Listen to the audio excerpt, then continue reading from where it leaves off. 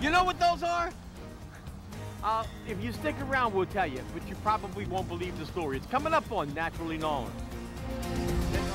Other fishermen may be out trying to catch trout, reds, flounders, and bass, but USM chemistry professor Dr. John Pojman is busy fishing in a most unusual spot and catching the most unusual fish. Frank Davis says that you have never seen these fish caught where John catches them, but that's what makes it Naturally Nolans. Do I have a story for you today? You know what this man and his son are doing? They're not breaking up the levee. Check this out. Look. They're nailing a couple of sticks in the ground. I think they call them bank sticks.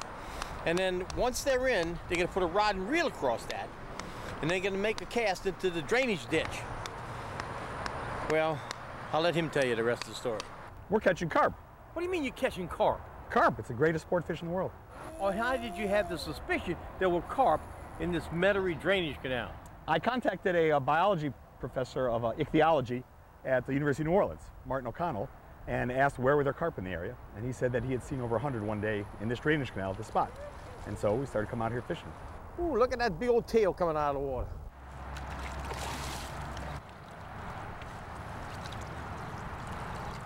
What do you got against speckled trout and redfish, bass? They're not in drainage canals.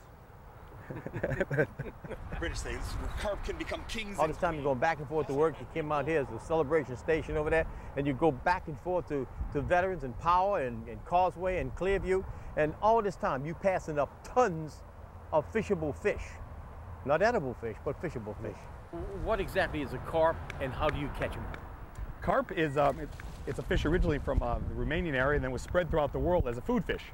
And it was introduced to the United States in 1872 as a food fish for the immigrant population. And they're bottom feeders, and people normally fish them with dough balls.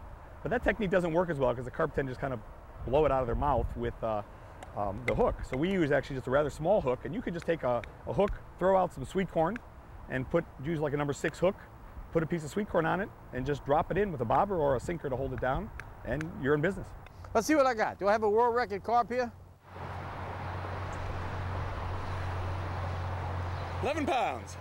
11 pounds. What was the other one? 11 pounds. 11 pounds. That was my first carp, okay? You know what? That's Naturally Nolans. I'm Frank Davis with Channel 4 Eyewitness News. Let's turn him loose, okay? Yeah. Yeah. Picture first.